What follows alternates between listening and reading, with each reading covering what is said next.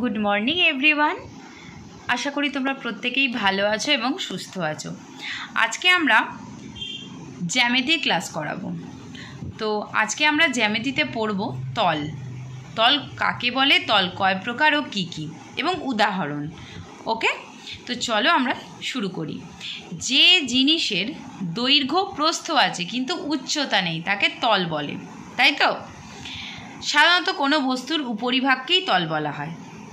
তো তল কাকে বলে আমরা জানলাম। কি জানলাম? যে জিনিসের দৈর্ঘ্য আছে এবং প্রস্থ আছে কিন্তু উচ্চতা নেই তাকেই তল বলে। তল কয় প্রকার? দুই প্রকার, সমতল, বক্রতল। এবার সমতল কাকে বলে উদাহরণ পড়ব। যে তলের সর্বত্র একই রকম সমান তাকেই বলে সমতল। যেমন ধরো ঘরের মেঝে, কাগজের উপরিভাগ ইত্যাদি হচ্ছে সমতল। আর বক্রতল কি?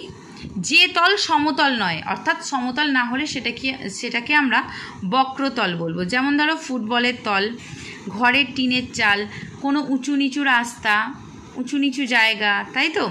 টিনের চাল যেমন ঢেউ খেলানো, সেইটাকে বলা হচ্ছে বক্রতল। তো এটা আমরা ক্লাসে আলোচনা করব। যার যেখানে সমস্যা আমাকে অবশ্যই জানাবে, ফোন করেও জানাতে পারো। ওকে এভরিওয়ান, তো আজকে এইটুকুই। তোমরা পড়বে তল কাকে বলে, তল কয় প্রকার ও কী কী, এবং উদাহরণ। কারোর অসুবিধা হলে আমাকে অবশ্যই জানাবে। ওকে এভরিওয়ান, গুড বাই।